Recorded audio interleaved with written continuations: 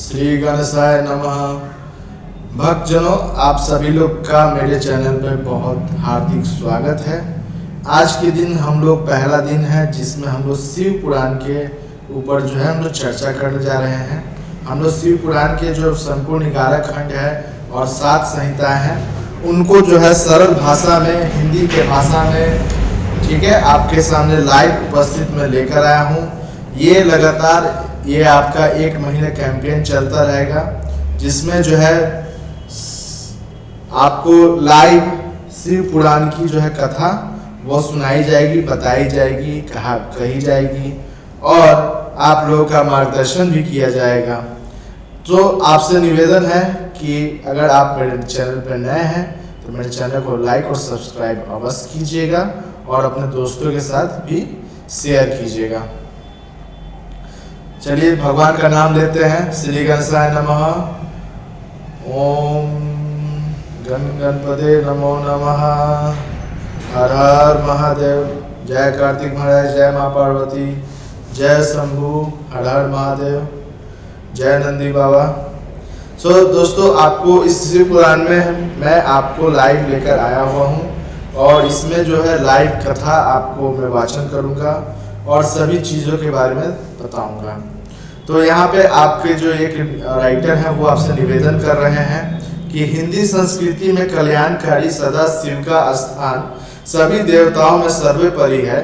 भारत में ही नहीं अपितु समस्त विश्व में शिव की आराधना किसी न किसी रूप में की जाती है। तो आप सभी लोग जानते हैं कि भगवान शिव का किसी न किसी रूप में आराधना की जाती है। सर्वाधिक जो प्राचीन देवों में भगवान आशुतोष शिव को इस सृष्टि का नियता का पालन करता और संहारक माना गया है। उन्हीं की इच्छा से इस सृष्टि का आविर्भाव हुआ है और उन्हीं की इच्छा से इसका विनाश भी होता है। ये जो हमारा ब्रह्मांड है, ये हमारा जो ग्रह है, इसका विनाश भगवान शिव के कारण ही होगा और जब इसकी उत्पत्ति हुई थी तो इसके उत्पत्ति के कारण भी जो है भगवान शिव ही है। प्रस्तुत शिव पुराण में भगवान शिव के महात्म, लीला और उनके कल्याणकारी स्वरूप का विस्तृत वर्णन किया गया है। योगेश्वर भगवान शिव महिमा मंडित महादेव हैं। वे आदि सिद्ध परमेश्वर और सभी देवों में प्रधान हैं। वेदों में भगवान शिव को अजन्मा, अव्यक्त, सबका कारण, विश्व श्रेष्ठा और संहारक माना गया है। मतलब भगवान शिव को विश्व का निर्माता, विश्व का निर्माण करने वाले, अजन्मा, जिनका जन्म न हो, अव्यक्त, जिनको व्यक्त नहीं किया जा सकता है, और सबका जो कारण होते हैं वो भगवान शिव ही होते हैं और वो शिव का ही संहारक के रूप में माना गया है और सृष्टि के निर्माता भी उन्हीं को कहा गया है। शिव का अर्थ है कल्याण स्वरूप, अर्थात सभी का भला करने वाला। वे देव, दानव, गंधर्व, किन्नर, मनुष्य, ऋषि, मनुष्य, सिद्ध, योगी, तपस्वी, सन्यासी, भक्त, नास्तिकों का कल्याण करने वाले हैं। विश्व कल्याण के लिए वे स्वयं गड़ल का पान करने वाले नीलकंठ हैं और संसार में प्रलय मचाने वाले नटराज हैं। वे स्वयंभू भगवान हैं, सभी देव के आराध्य हैं। इस महापुराण में शिव तत्व के विवेद विवेचन किया गया है। सरल गद्य भाषा में शिव के विविध अवतारों, नामों, लीलाओं और उनकी पूजा विधि, पंचाक्षर मंत्र की महत्ता, अनेकाधिक ज्ञान प्रद आख्यान, शिक्षा पद और उपदेश पर कथाएं का अत्यंत सुंदर आकलन किया गया है। इस पुराण में प्रयास किया गया है कि सरल भाषा को जो है सरल रखा जाए ताकि जो श्रद्धालु पाठक शिव के कल्याण स्वरूप शिव तत्व के मन को सहज रूप से हृदय में समा सके, हृदय संगम कर सके। इसमें जो है बहुत ही सहज रूप में भगवान शिव की जो अवतार हैं, जो लीलाएं हैं, उनको व्याख्या किया गया है और साथ में बहुत अच्छे तरीके से, सुंदर तरीके से इसमें दर्शाया गया है। हमें विश्वास है कि श्रद्धालु और जिज्ञासु इस महान पुराण का अनुसरण करके अपने जीवन को उपकृत कर पाएंगे, क्योंकि शिव ही ऐसे ब्रह्म हैं जो अच्छे, के सहज, सुलभ है। यह उनकी विलक्षणता है और द्वितीय है कि जहाँ अन्य साधनों में तमोगुण की उपेक्षा की जाती है, मतलब तमोगुण को दरकिनार किया जाता है, वैसे ही यहाँ पर जो है आपको यहाँ पे तमोगुण का परिष्कार करके उसको सत्व रूप में परिवर्तित कर देना ही ये आपको जो है इस शिव तत्व को ही सत्य तत्व के रूप में समझने का जो है वो एक कल्याणकारी मार्ग है, समझना है। इस पुराण में यही बताया गया है। औषधि बनाने की युक्त साधना शिव के अलावा और कौन बतलाएगा, तभी तो ये महादेव हैं, ठीक है। विष इन्होंने ले रखा था, विष से बचने के लिए जो इनका जो है महादेव नीलकंठ क्यों कहलाते हैं, क्योंकि उन्होंने विष का पालन किया था और इसी कारण से उनको नीलकंठ कहा जाता है। और वो औषधि विष को वो मरे नहीं, वो जीवित ही रहे, तो वो कैसे रहे, उनके पास औषधि बनाने की कला है। जो हमारे औषधि का ज्ञान जो दिखता है वो उन्हीं का देन है, भगवान शिव का देन है, महादेव का देन है। और इसी के साथ दोस्तों, इसीलिए आपके जो इसीलिए उन्हें भोलेनाथ कहा जाता है, क्योंकि उन्होंने बस ऐसे ही विष पान कर लिया था। शिव संकल्प अस्तु। आपके सुझाव का स्वागत किया जाएगा। अगर आप मेरे चैनल पर नए हैं तो मेरे चैनल को आप लाइक और सब्सक्राइब जरूर कीजिएगा और अपने दोस्तों के साथ अवश्य शेयर कीजिएगा। आइए दोस्तों, आगे जो है हम लोग इसको लेकर चलते हैं और इसी के साथ जो है हम लोग आपको दिखाना चाहेंगे जो ये शिव पुराण है, ये जो शिव पुराण है इसमें जो है आपको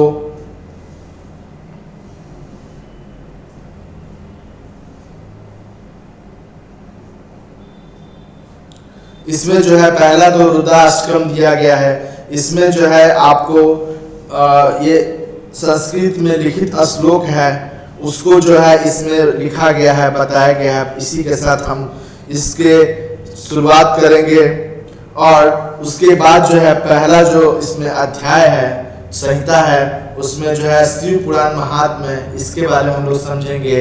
और फिर उसके बाद जो है इसमें जो पहला अध्याय से लेकर 7वें अध्याय तक है, आज के दिन हम लोग इसका पाठ करेंगे। और दोस्तों, मैं आपको एक चीज और जानकारी देना चाहता हूँ कि अगर आप मेरे चैनल पर नए हैं तो मेरे चैनल को लाइक और सब्सक्राइब अवश्य कीजिएगा, अपने दोस्तों के साथ अवश्य शेयर कीजिएगा।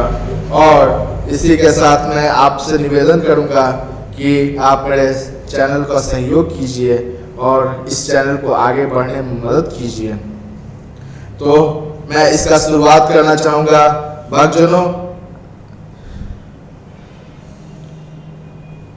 भक्तजनों, मैं आपसे कहना चाहूंगा, अगर आप महादेव के भक्त हैं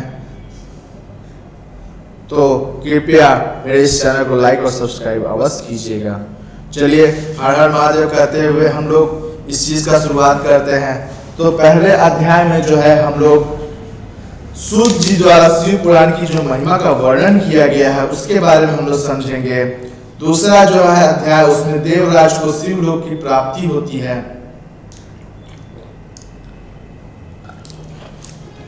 उसके बारे में हम लोग जानेंगे। फिर चंचुला का जो संसार से वैराग्य हो जाता है, इस कथा को भी हम लोग सुनेंगे। देवराज ब्राह्मण की जो कथा है उसके बारे में भी हम लोग पढ़ेंगे, ये दूसरे अध्याय में आता है। तीसरे अध्याय में विदुर ब्राह्मण की जो कथा है उसके बारे में समझेंगे। चौथे अध्याय में जो है चंचुला की शिव कथा सुनने की रुचि होती है और उसका शिवलोक में गमन हो जाता है, उसके बारे में हम लोग कथा को समझेंगे। फिर पांचवा अध्याय जो है विदुर का जो 50 योनि से जो उद्धार होता है उसके बारे में हम लोग समझेंगे। छठा अध्याय जो शिव पुराण की जो श्रवण की विधि है, अगर आप आज के बाद अगर हमारे शिव इस चैनल को देखते हैं, लाइव आके देखते हैं और शिव पुराण को सुनते हैं, तो मैं आपको बताना चाहूँगा इसमें जो है आपको कथा कैसे सुननी है, श्रवण की क्या विधि है, इसको जो है आपको समझना होगा, तभी आप इस शिव पुराण को सुन पाएंगे और समझ पाएंगे। सातवां अध्याय है जो श्रोताओं द्वारा पालन किए जाने वाले जो नियम होते हैं उसके बारे में भी हम लोग यहाँ पे पढ़ेंगे, समझेंगे। उसके बाद जो है विश्वेश्वर संहिता है। इस तरीके से जो है आपको 11 संहिता है, अलेख खंड है उनको हम लोग आगे जो है इस एक महीने के अंदर, इस पूरे सावन के महीने के अंदर में हम लोग इसका जो है लाइव इस चैनल पे आप लोग के लेकर आएंगे और आपको इस कथा से अवगत कराएंगे, शिव पुराण से अवगत कराएंगे और हमारा जो सनातन धर्म है, संस्कृति है, उसको वापस पुनः हम लोग जीवित करेंगे, प्रकाशित करेंगे। इसी के साथ मैं हर हर महादेव कहना चाहता हूँ और हमारे इस जो कथा प्रवचन का जो है उसका शुरुआत करना चाहता हूँ। ओम नमः शिवाय, हर हर महादेव, ओम कैलाशपतियाय नमः, ओम नमः शिवाय, जय हो श्री हरि विष्णु, ओम नमः शिवाय, ओम नमः शिवाय, ओम नमः शिवाय, ओम नमः शिवाय, जय माँ पार्वती, ओम नमः शिवाय, जय शिव, जय शिव, जय शंभु, श्री गणेशाय नमः, श्री मल्लिकार्जुनाय नमः, श्री नागेश्वरनाय नमः, श्री विश्वनाथाय नमः, श्री भीमशंकराय नमः, श्री त्र्यंबकेश्वरे नमः, श्री वैद्यनाथे नमः, श्री केदाराय नमः, ओम अमलेश्वरे नमः, श्री घृणेश्वरे नमः, श्री महाकालेश्वरे नमः, श्री श्री सोमनाथाय नमः, हर हर महादेव, जय शिव शंकर, ओम नमः शिवाय, ओम नमः शिवाय, ओम नमः शिवाय। आइए भक्तजनों, हम लोग जो है कथा वाचन का प्रारंभ करते हैं और पहले अध्याय से हम लोग शुरुआत करते हैं। ओम नमः शिवाय।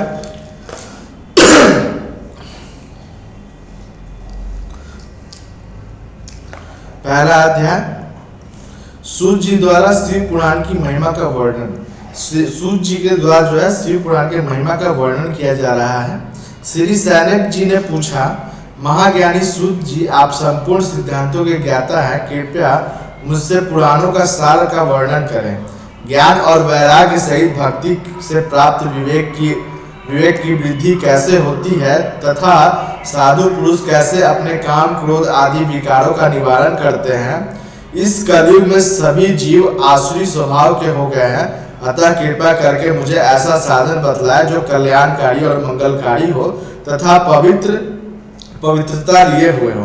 प्रभु, वो ऐसा साधन हो जिससे मनुष्य की शुद्धि हो जाए, उसका निर्मल हृदय वाला पुरुष को सदैव के लिए शिव प्राप्ति हो जाए। श्री सूत जी ने उत्तर दिया, सैनक जी, आप धन्य हैं, क्योंकि आपके मन में शिव पुराण कथा को सुनने के लिए अपार प्रेम और लालसा है, इसलिए मैं तुम्हें उस परम उत्तम शास्त्र की कथा सुनाता हूँ। वह संपूर्ण सिद्धांतों से संपन्न, भक्ति को बढ़ाने वाला तथा शिव जी को संतुष्ट करने वाला अमृत के समान दिव्य शस्त्र शिव पुराण है। इसका पूर्व काल में शिव जी ने ही प्रवचन किया था। गुरुदेव व्यास ने सनत कुमार मुनि को उपदेश पाकर आदर पूर्वक इस पुराण की रचना की। यह पुराण कलयुग में मनुष्य के हित के लिए परम साधन है। शिव पुराण परम उत्तम शास्त्र है। इस पृथ्वी लोक में सभी मनुष्यों को भगवान शिव के विशाल स्वरूप को समझना चाहिए। इसे पढ़ना और सुनना सर्व साधन है। यह मनोवांछित फलों को देने वाला है।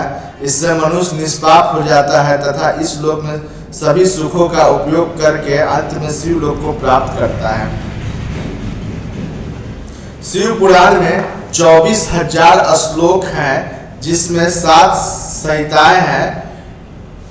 शिव पुराण ब्रह्म परमात्मा के समान गति प्रदान करने वाला है। मनुष्यों को पूरी भक्ति एवं संयम पूर्वक इसे सुनना चाहिए। जो मनुष्य प्रेम पूर्वक नित्य इसका वाचन या इसका पाठ करता है, वो निसंदेह पुण्यात्मा है।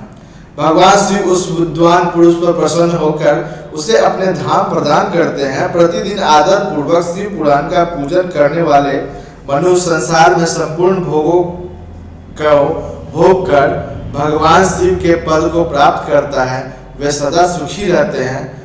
शिव पुराण में भगवान शिव का सर्वस्व है। इस लोक और परलोक में सुख की प्राप्ति के लिए आदर पूर्वक इसका सेवन करना चाहिए। यह निर्मल शिव पुराण धर्म, अर्थ, काम और मोक्ष चारों पुरुषार्थ का देने वाला है। अतः सदा प्रेम पूर्वक इसे सुनना और पढ़ना चाहिए। ओम नमः शिवाय, ओम नमः शिवाय, ओम नमः शिवाय। इसी के साथ दोस्तों भक्तजनों प्रथम अध्याय समाप्त होता है। अब हम लोग द्वितीय अध्याय की तरफ आ चुके हैं। चलिए इसको हम लोग समझते हैं, पढ़ते हैं। दूसरा अध्याय, देवराज को शिवलोक की प्राप्ति, चंचुला का संसार से वैराग्य। श्री सनक जी ने कहा, आप धन्य हैं सूत जी, आप परमार्थ पुरुष परम तत्व का ज्ञाता है और आपने हम पर कृपा करके यह अद्भुत एवं दिव्य कथा सुनाई। भूतल पर इस कथा के समान कल्याण का कोई और साधन नहीं है।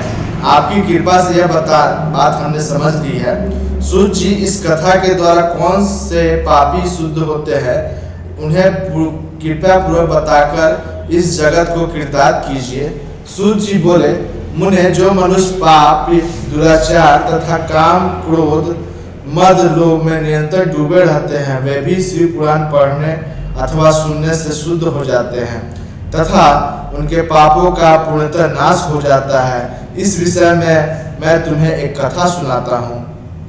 देवराज ब्राह्मण की कथा। बहुत पहले की बात है। किरातों के नगर में देवराज नामक एक ब्राह्मण रहता था। वो ज्ञान में दुर्बल, गरीब, रस बेचने वाला तथा वैदिक धर्म से विमुख था। वह संध्या स्नान नहीं करता था तथा उसमें वैश्यावृत्ति बढ़ती ही जा रही थी। वह भक्तों को ठगता था। उसने अनेक मनुष्य को मारकर उनका धन हड़प लिया था। उस पापी ने थोड़ा सा भी धन धर्म के काम में नहीं लगाया। वह वैश्यागामी तथा आचार भ्रष्ट था। एक दिन वो घूमते हुए दैव योग से प्रतिष्ठानुसार झूसी प्रयाग जा पहुंचा। वहां उसने शिवालय देखा जहां बहुत से साधु महात्मा एकत्रित थे। देवराज वहीं ठहर गया। वहां रात में उसे जवार बुखार आ गया। उसे बड़ी पीड़ा होने लगी। वहीं पर एक ब्राह्मण देवता शिव पुराण की कथा सुना रहे थे। जवार में पड़ा देवराज ब्राह्मण की मुख से शिव कथा को निरंतर सुनता रहा। एक मास बाद देवराज ज्वर से पीड़ित अवस्था से चल बसा। यमराज के दूत उसे बांधकर यमपुरी ले गए। तभी वहां शिव लोक से भगवान शिव के पार्षद आ गए। वे कपूर के समान उज्जवल थे। उनके हाथों में त्रिशूल, संपूर्ण शरीर में भस्म, गले में रुद्राक्ष की माला, उनके शरीर की शोभा बढ़ा रही थी। उन्होंने यमराज के दूतों को मार पीट कर देवराज को यमदूतों के चंगुल से छुड़ा लिया। वे उसे अपने अद्भुत विमान में बिठाकर जब कैलाश पर्वत ले जाने लगे तो यमपुरी में कोलाहल मच गया, जिसे सुनकर यमराज अपने भवन से बाहर आए। साक्षात रुद्रों के समान प्रतीत होने वाले इन यमदूतों का धर्मराज ने विधि पूर्वक पूजन करके ज्ञान दृष्टि से सारा मामला जान लिया। उन्होंने भय के कारण भगवान शिव के दूतों से कोई बात नहीं पूछी। तत्पश्चात शिवदूत देवराज को कैलाश पर्वत ले चले गए और वहां पहुंचकर उन्होंने ब्राह्मण को करुणा अवतार भगवान शिव के हाथों में सौंप दिया। सनक जी ने कहा, महाभाग सूत जी, आप सर्वज्ञ हैं। आपकी कृपा प्रसाद से मैं कृतार्थ हुआ। इस इतिहास को सुनकर मेरा मन आच्छादित हो गया। अतः भगवान शिव में प्रेम बढ़ाने वाली दूसरी कथा भी कही है। इसी के साथ भक्तजनों ये दूसरा अध्याय समाप्त हुआ। ओम नमः शिवाय, ओम नमः शिवाय, ओम नमः शिवाय। आइए हम लोग तीसरे अध्याय की तरफ पढ़ते हैं। विदुम ब्राह्मण की कथा। श्री सूत जी बोले, सैनक सुनो, मैं तुम्हारे सामने एक अन्य गोपनीय कथा का वर्णन करूंगा, क्योंकि तुम शिव भक्त में अग्रणी और वेद वेदाताओं में श्रेष्ठ हो। समुद्र के निकटवर्ती प्रदेश काल में वास्कल नामक गांव है जहां वैदिक धर्मों से विमुख महापापी मनुष्य रहते हैं। वे सभी दुष्ट हैं एवं उनका मन दूषित विषयों भोगों में लगा रहता है। वे देवताओं एवं भाग्यों पर विश्वास नहीं करते हैं। वे सभी कुटिल वृत्त वाले हैं, किसानी करते हैं और विभिन्न प्रकार के अस्त्र शस्त्र रखते हैं। वे व्यभिचारी हैं, वे इस बात से पूर्णतः अजान है कि ज्ञान, वैराग्य तथा सद्धर्म ही मनुष्य के लिए परम पुरुषार्थ है। वे सभी पशु बुद्धि हैं। अन्य समुदाय के लोग भी उन्हीं की तरह बुरे विचार रखने वाले हैं, धर्म से विमुख हैं।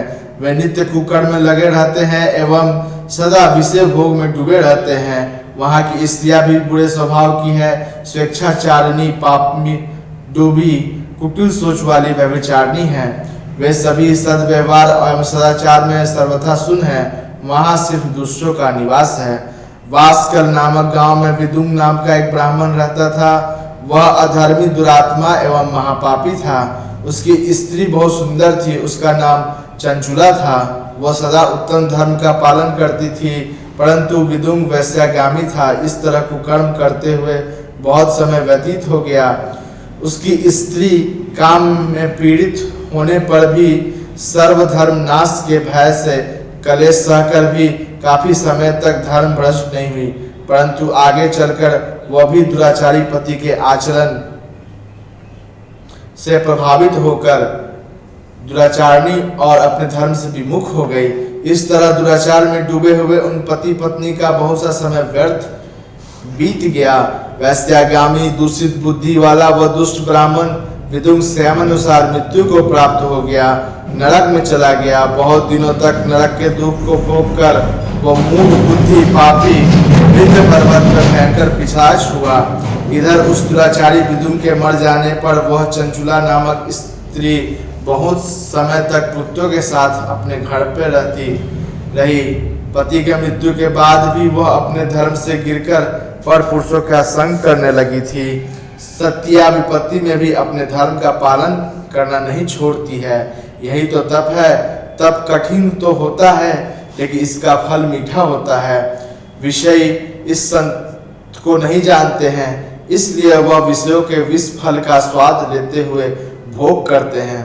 एक दिन दैव योग से किसी पुण्य पर्व के आने पर वह अपने भाई बंधुओं के साथ गोकर्ण क्षेत्र में चली गई। उसने तीर्थ के जल से स्नान किया और बंधुजनों के साथ यत्र तत्र घूमने लगी। घूमते घूमते वह एक देव मंदिर में गई। वहां उसने एक ब्राह्मण के मुख से भगवान शिव की परम पवित्र एवं मंगलकारी कथा सुनी। कथावाचक ब्राह्मण कह रहे थे कि जो स्त्रियां व्यभिचारी होती है, व्यभिचार करती है, वो मरने के बाद यमलोक जाती है। यमदूत तब यमराज के यमदूत उन्हें तरह तरह के यात्राएं देते हैं। वे उसके कामांगों में तप्त लोहे दंड से दागते हैं। तप्त लोहे के पुरुष से उसका संसर्ग कराते हैं। ये सारे दंड इतनी वेदना देने वाली होती है कि जीव पुकार पुकार कर कहता है कि अब ऐसा नहीं करेगा, लेकिन यमदूत उसे छोड़ते नहीं। कर्मों का फल तो सभी को भोगना पड़ता है। देव, ऋषि, मनुष्य सभी इससे बंधे हुए हैं। ब्राह्मण के मुख से यह वैराग्य बढ़ाने वाली कथा सुनकर चंचुला भय से व्याकुल हो गई। कथा समाप्त होने पर वे सभी लोग वहां से चले गए। तब कथा बाँचने वाले ब्राह्मण देवता से चंचुला ने कहा, हे ब्राह्मण, धर्म को जानने के कारण ना जानने के कारण से मेरे द्वारा बहुत बड़ा दुराचार हुआ है। स्वामी, मेरे ऊपर कृपा कीजिए, मेरा उद्धार कीजिए। आपके प्रवचन को सुनकर मुझे इस संसार से वैराग्य हो गया है। मुझे मूढ़ चित्त वाली पापनी को धिक्कार है। मैं निंदा योग्य हूँ। मैं बुरे विषय में फंसकर अपने धर्म से विमुख हो गई थी। मुझे कौन मुझ जैसी कुकर्मी में मन लगाने वाली पापनी का साथ देगा। जब यमदूत मेरे गले में फंदा डालकर मुझे बांध कर ले जाएंगे और नरक में मेरे शरीर का टुकड़े टुकड़े करेंगे, तब मैं कैसे उन महायातनाओं को सह पाऊंगी। इस प्रकार से मैं सब प्रकार से नष्ट हो गई हूँ, क्योंकि अभी तक मैं हर तरह से पाप में डूबी रही। हे ब्राह्मण, आप मेरे गुरु हैं, आप ही मेरे माता पिता हैं। मैं आपकी शरण में आई हूँ। मुझ अबला का आप ही उद्धार कीजिए। सूर्य जी कहते हैं, इस प्रकार विलाप करती हुई चंचुला ब्राह्मण देवताओं के चरणों में गिर पड़ी। तब ब्राह्मण ने कृपा पूर्वक उसे उठाया। और इसी के साथ दोस्त भक्तजनों, ये तीसरा अध्याय भी समाप्त होता है। ओम नमः शिवाय, ओम नमः शिवाय, ओम नमः शिवाय। अब जो है हम लोग चौथा अध्याय का समझते हैं, पढ़ते हैं। चंचुला की शिव कथा सुनने में रुचि और शिव लोक गमन। ब्राह्मण बोले, नारी तुम सौभाग्यशाली हो जो भगवान शिव की कृपा से तुमने वैराग्यपूर्ण शिव पुराण की कथा सुनकर समय से अपनी गलती का एहसास कर लिया। तुम डरो मत और भगवान शिव के शरण में जाओ, उनकी परम कृपा से तुम्हारे सभी पाप नष्ट हो जाएंगे। मैं तुम्हें भगवान शिव की कथा सहित वह मार्ग बतलाऊंगी जिसके द्वारा तुम्हें सुख देने वाली उत्तम गति प्राप्त होगी। शिव कथा सुनने से तुम्हारी बुद्धि शुद्ध हो गई है और तुम्हें पश्चाताप हुआ है तथा मन में वैराग्य उत्पन्न हुआ है।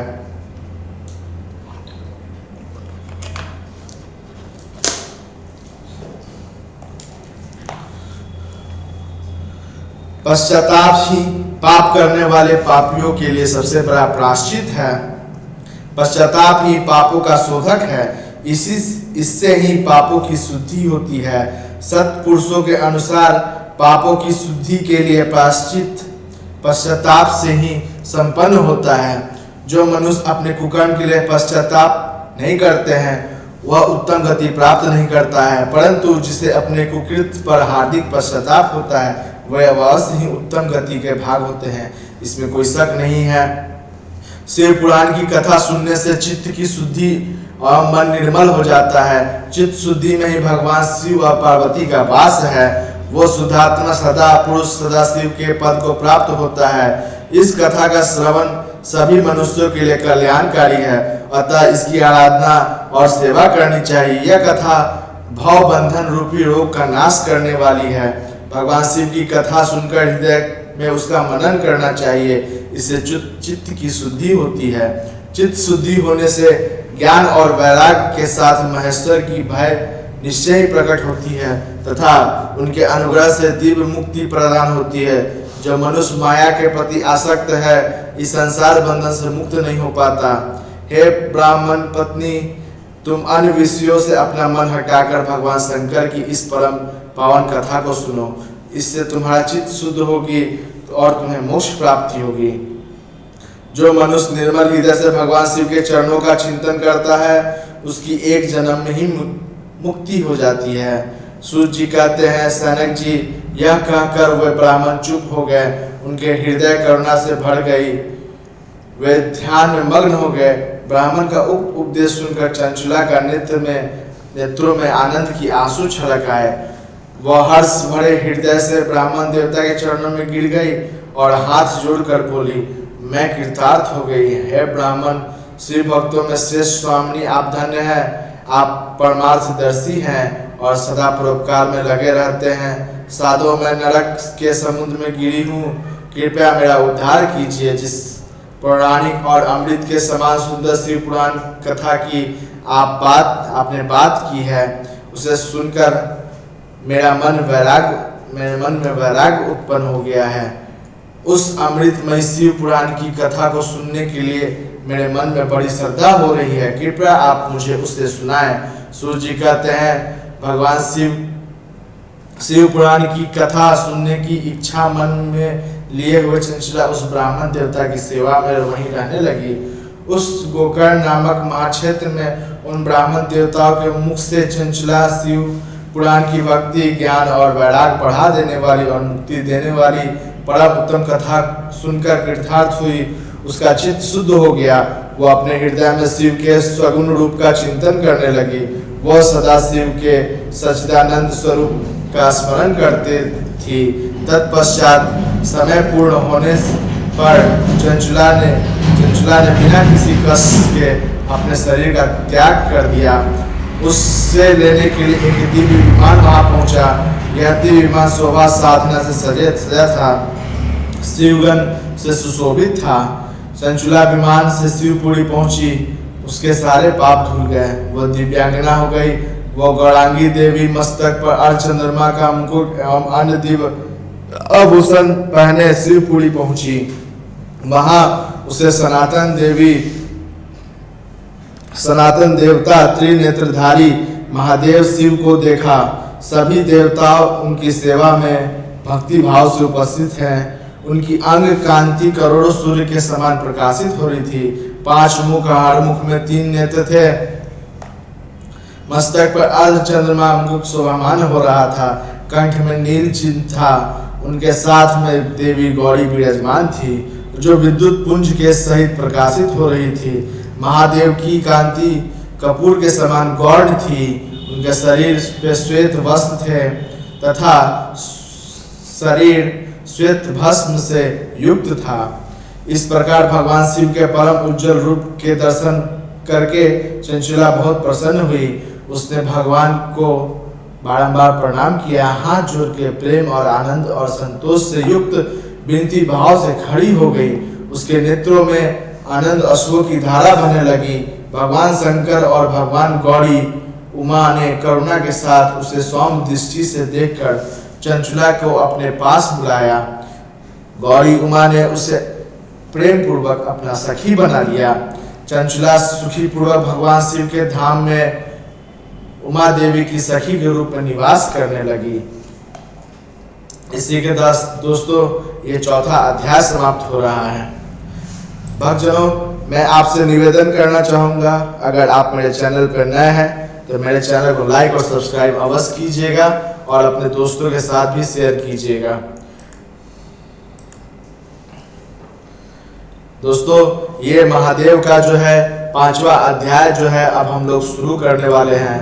अगर आप ये आपको पसंद आता है तो आप इसको जो है अपने दोस्तों के साथ शेयर कीजिए, अपने भाइयों के साथ शेयर कीजिए, अपने परिवार के साथ शेयर कीजिए। मैं आपसे निवेदन करना चाहूँगा कि इस शिव पुराण की कथा का जो है वर्णन आप अपने घर के आसपास और लोगों से ही कीजिए। हमारे चैनल पर लाइक और सब्सक्राइब भी बढ़ाइए। और अगर आपका कोई निवेदन है, आप कोई और भी चीज़ देखना चाहते हैं तो आप कमेंट कीजिए। ये पूरे सावन भर के महीने में, पूरे 1 महीने में ये इसी प्रकार चलता रहेगा। सो भक्तजनों, आपसे जो है निवेदन है, कृपया हमारे चैनल को लाइक और सब्सक्राइब अवश्य कीजिए। हमारे साथ बने रहिए।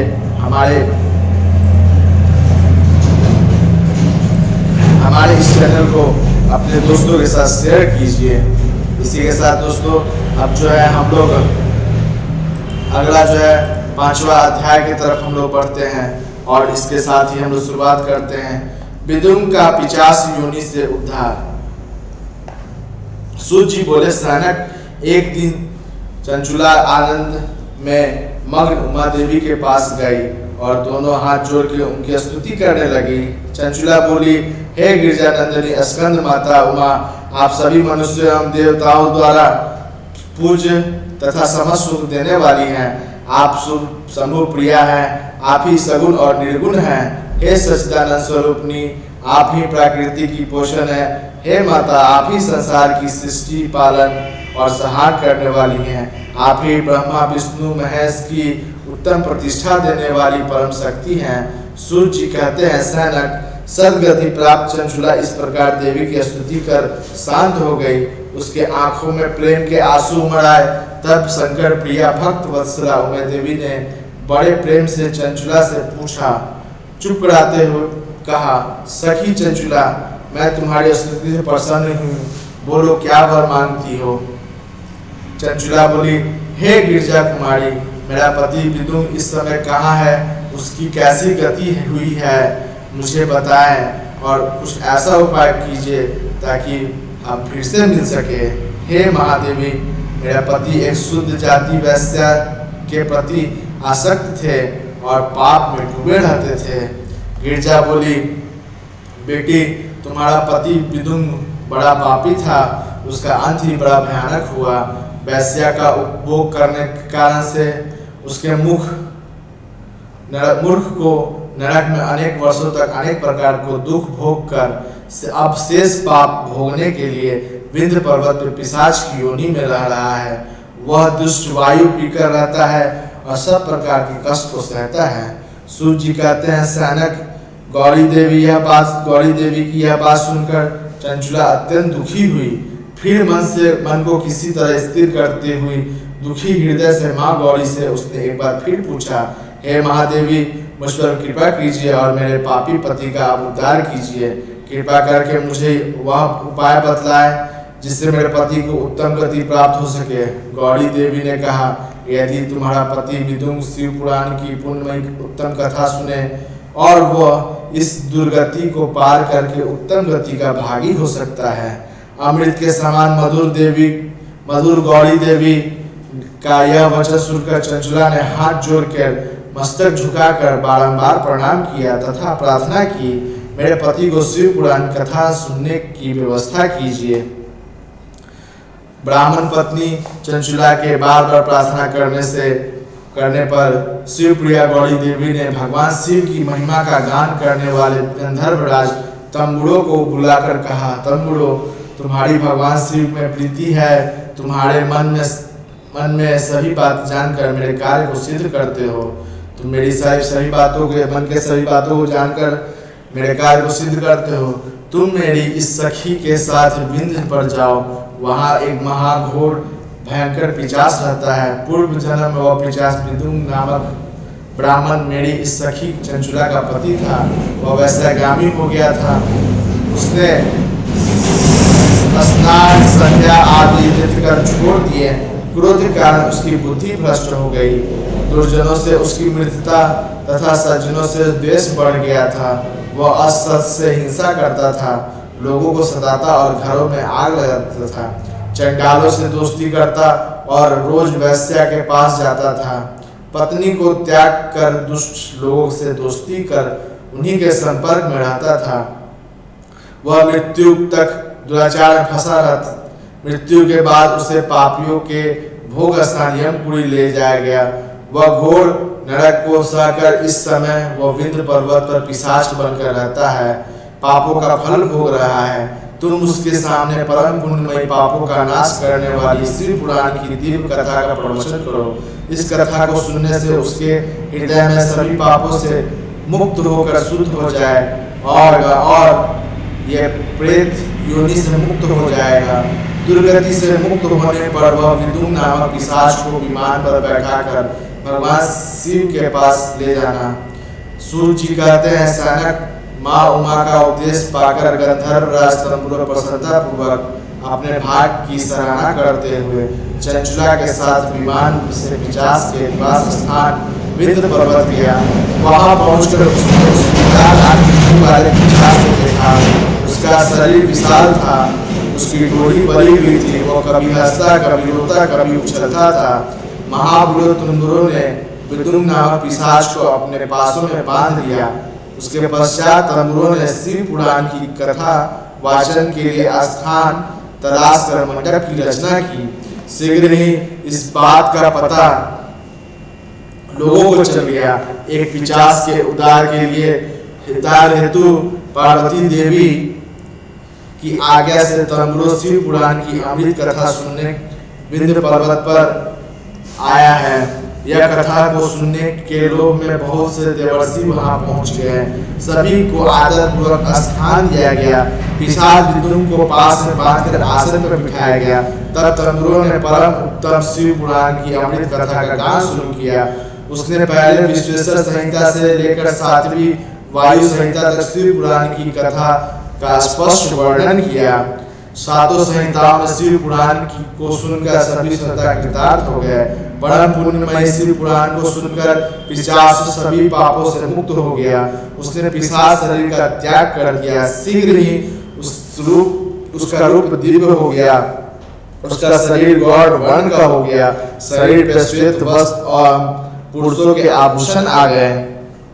इस प्रकार दिव्य देहधारी होकर विदुम अपनी पत्नी चंचुला के साथ स्वयं भी भगवान शिव का गुणगान करने लगा। उसे इस दिव्य रूप में देखकर सभी को बहुत आश्चर्य हुआ। उसका मन परम आनंद से परिपूर्ण हो गया।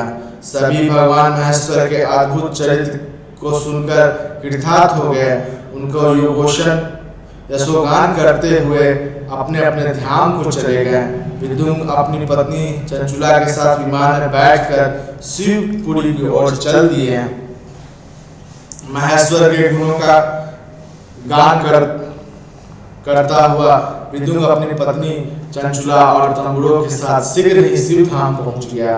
भगवान शिव और देवी पार्वती ने उसे अपना पार्षद बना लिया। दोनों पति पत्नी सुखी पूर्वक भगवान महेश्वर एवं देवी गौरी के श्री चरणों में अविचल निवास पाकर धन्य हो गए।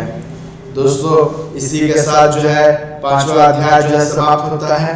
अब हम लोग 6ठे अध्याय की तरफ आ गए हैं। 6ठे अध्याय में जो शिव पुराण की श्रवण की विधि है ये बहुत महत्वपूर्ण है। अगर आप मेरे चैनल पर नए हैं तो मेरे चैनल को लाइक और सब्सक्राइब अवश्य कीजिएगा और अपने दोस्तों के साथ शेयर जरूर कीजिएगा। शिव पुराण की श्रवण की विधि का हम लोग जो है वर्णन करते हैं। ओम नमः शिवाय, ओम नमः शिवाय, ओम नमः शिवाय। शरण जी कहते हैं, महाप्राज्ञ सूत जी, आप धन्य एवं शिव भक्तों में श्रेष्ठ हैं। हम पर कृपा करके हमें कल्याण में शिव पुराण के श्रवण की विधि बतलाएं, जिससे सभी श्रोताओं को संपूर्ण उत्तर फल की प्राप्ति हो। सूत जी ने कहा, मुने सैनक, तुम संपूर्ण फल की प्राप्ति के लिए मैं शिव पुराण की विधि सविस्तार बताता हूँ। सर्वप्रथम किसी जोशी को बुलाकर दान से संतुष्ट कर उससे कथा का शुभ मुहूर्त निकलवाना चाहिए और उसकी सूचना का संदेश सभी लोगों तक पहुंचाना चाहिए कि हमारे यहाँ शिव पुराण की कथा होने वाली है। अपने कल्याण की इच्छा रखने वाले को इससे सुनने अवश्य पधारना चाहिए। देश देश में जो भी भगवान शिव के भक्त हो तथा शिव कथा के कीर्तन और श्रवण के लिए उत्सुक हो, उन सभी को आदर पूर्वक बुलाना चाहिए और उनका आदर सत्कार करना चाहिए।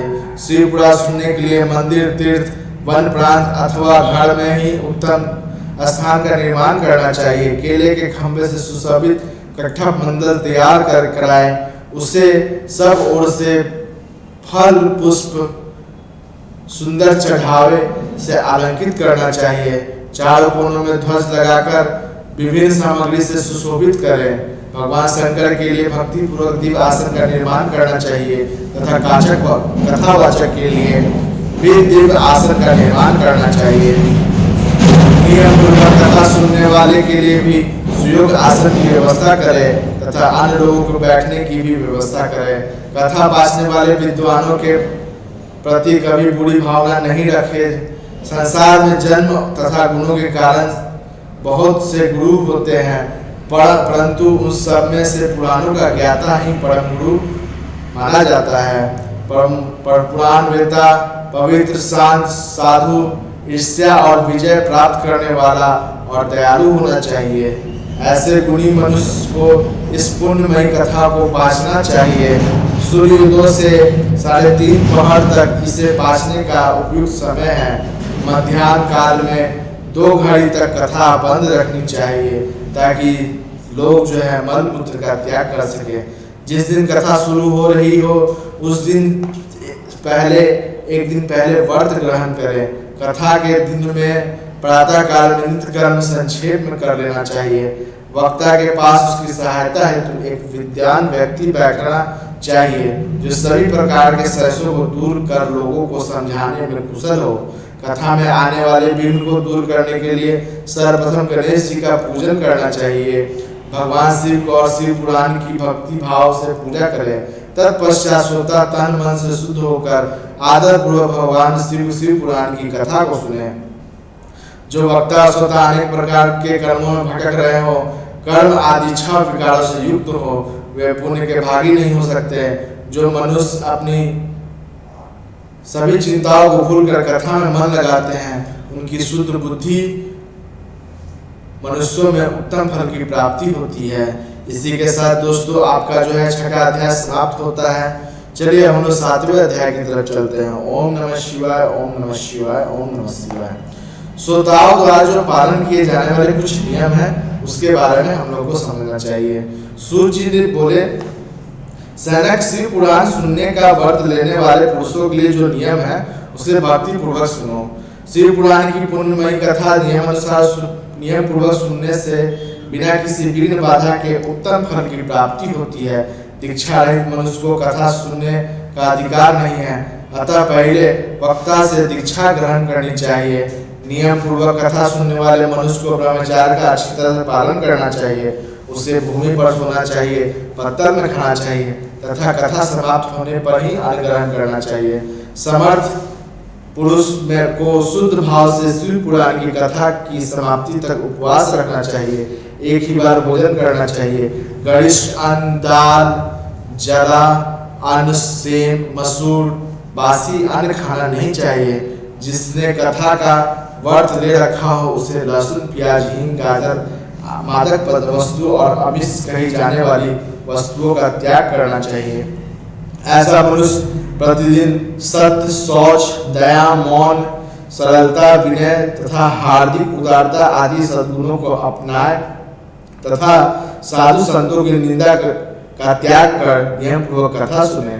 सकाम मनुष्य इस कथा के प्रभाव से अपने अभिष्ट कामना प्राप्ति करता है और निष्काम मोक्ष प्राप्त करता है।